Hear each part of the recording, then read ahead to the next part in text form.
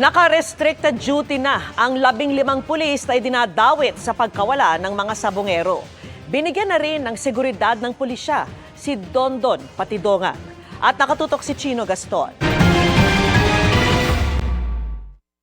15 pulis na isinasangkot sa pagkawala ng mga sabongero ang inilagay na sa restricted duty ayon kay Justice Secretary Jesus Crispin Remulla. Nag-carry out na executions. Under restricted duty na sila. They have to report already to officers para doon na sila. Para hindi na sila makasakit.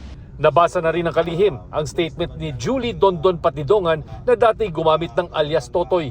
Alam ko signed na yung statement na yon, pero just the same, may statement talaga na nabasa ko. So hindi ba maganda kung may update na rin Oh yes, ano yan kasama na yan sa complaint i-file natin . Bukod pa raw ito sa ibang ebidensyang hawak na ng DOJ. Marami tayong iba-ibang klaseng ebidensya.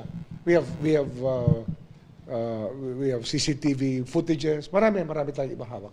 Pero ayon kay Remulla, hindi madali ang pag-iimbestiga nila. Mabigat lang talaga itong laban dito kasi nga sobrang daming pera at sobrang daming koneksyon. Actually, there are 20 people in the Alpha List. Ang tinatawag na Alpha List, yun yung Alpha Group ng Isabong. The Alpha Group is the main group that run the show at Isabong. Samantala, binigyan na ng security ng PNP si Patidongan. Andiyan ang WPP nakaalalay lang, but so far, the security is under General Torre. Kinausap din ni Remulla ang mga kaanak ng mga biktima na nagpunta sa Justice Department. Sabi nila, nabigyan sila ng linaw at pag-asang makakamit ang hustisya. Hindi na kami nagulat kasi in the first place, doon sa ibang kasama namin, doon naman sa lugar niya nawala. No? Tapos yung brother ko na si John Lasco ay isang master agent. Wala namang ibang pwedeng...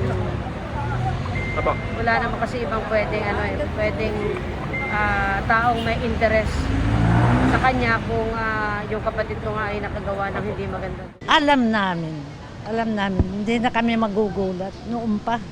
Dahil naririnig namin na kahit nung hindi pa nakidnap yung anak ko, dahil naririnig namin na may ganyan na pangyayari. Hindi namin titigilan to. Talagang kailangan ng hustisya.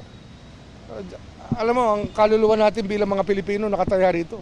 Dapat dito hindi tayo mapayag na pera-pera lang ang naging Panginoon ng Pilipino. May impormasyon na rin aniya sila kung saan sa Taal Lake posibleng itinapon ng labi ng mga nawala. Pero nagpapatulong pa rin ang DOJ sa Japanese government para sa kanilang remotely operated vehicles na pwedeng sumisid at lumika ng mapa ng lakebed. Ilan sa mga kaanak ang gustong sumama sa paghahanap ng mga labi sa Lake Taal.